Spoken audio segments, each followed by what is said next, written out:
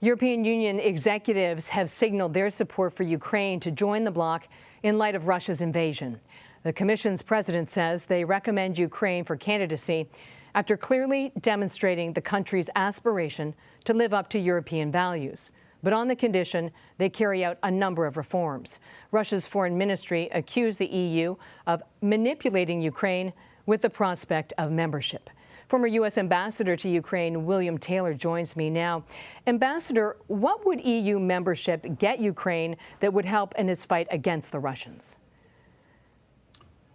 So, Catherine, a couple of things. One, be a big morale boost for Ukrainians to know that the European Union is a destination, that they're a candidate member. That's a big boost. The Ukrainians need that. As you point out, they're fighting for us right now, and this is something that is real.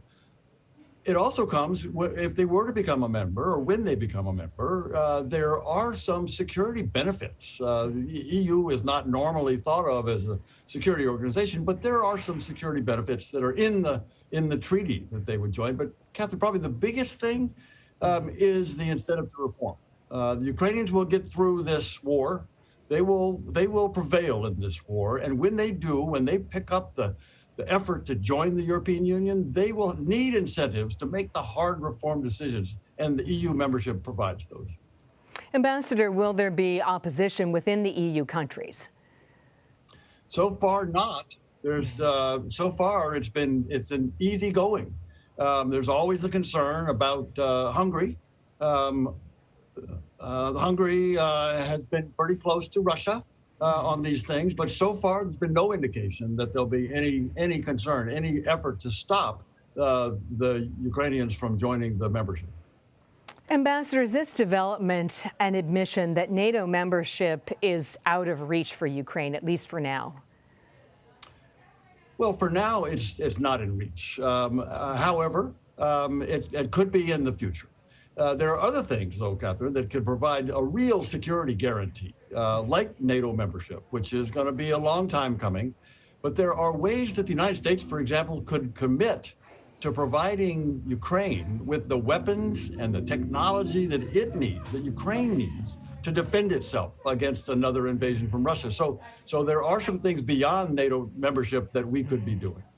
Just as a follow-up, so do you see membership in the EU as kind of a stepping stone to NATO membership long term? It could be. It could be. It's a demonstration. EU membership is a demonstration that Ukraine is a member of the family of democracies, that's a part of Europe, that's an integral part of that community. And the organization that provides security for that community is NATO. So it would make a lot of sense to pursue the NATO membership after the EU membership. So just want to shift gears here. Ukraine is a huge exporter of grain globally, but a lot is really stuck right now in these ports and these silos. What's it going to take to really unlock that? And what does this mean for food prices here in the U.S.? What's it going to take to unlock is President Putin. He's the cause of this blockade. His forces are keeping those ships from coming out from Odessa, the Ukrainian port, where a lot of that grain is bottled up, ready to come out. So President Putin could say the word tomorrow, tonight, to allow those grain shipments to move out. If he were to say that, then there would be ways to move the mines, there'd be ways to protect those ships, and they could move out. The big effect on prices, of course, Catherine, is less in the United States and more in poor countries around the world, in particular in Africa, in Egypt, in the Middle East. This is where a lot of that grain went, a lot of that Ukrainian grain would go to those countries, and they tend to be poorer countries and they're hit hard. Well, that would be a development that would create further instability, kind of that ripple effect of the war in Ukraine, correct? Absolutely, absolutely. There are all of these effects, these ripple effects of the war that President Putin has decided to take. This is an unprovoked invasion. So he has caused the pain in Ukraine. He's caused the uncertainty in Europe. He's caused the economic problems. He's caused the prices, the gas, natural gas, and the oil prices to go up. All of these are the costs of the Putin decision to invade Ukraine.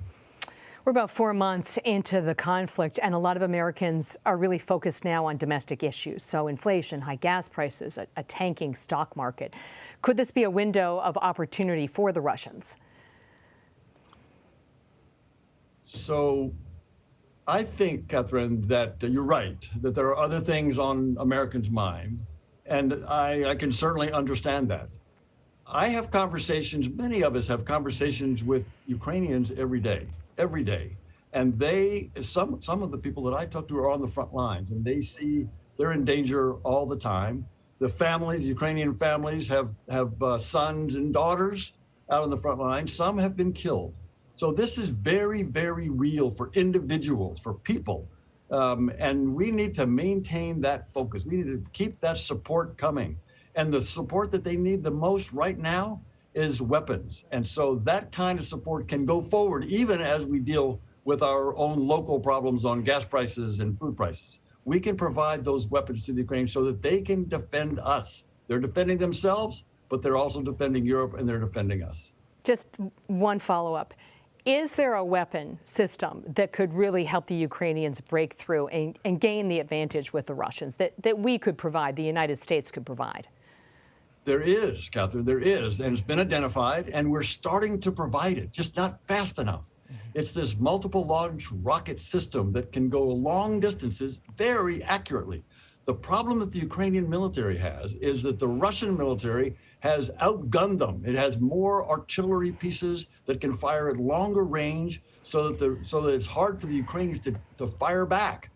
If we give them enough of these multiple launch rocket systems, MLRSs, that enable the Ukrainians to fire at those Russians, they then can move forward. We've only given them 4. We've got 8 more coming. They probably need 50. They may need 100. So we need to up that number, and very soon. Ambassador Taylor, thank you. Thank you, Catherine.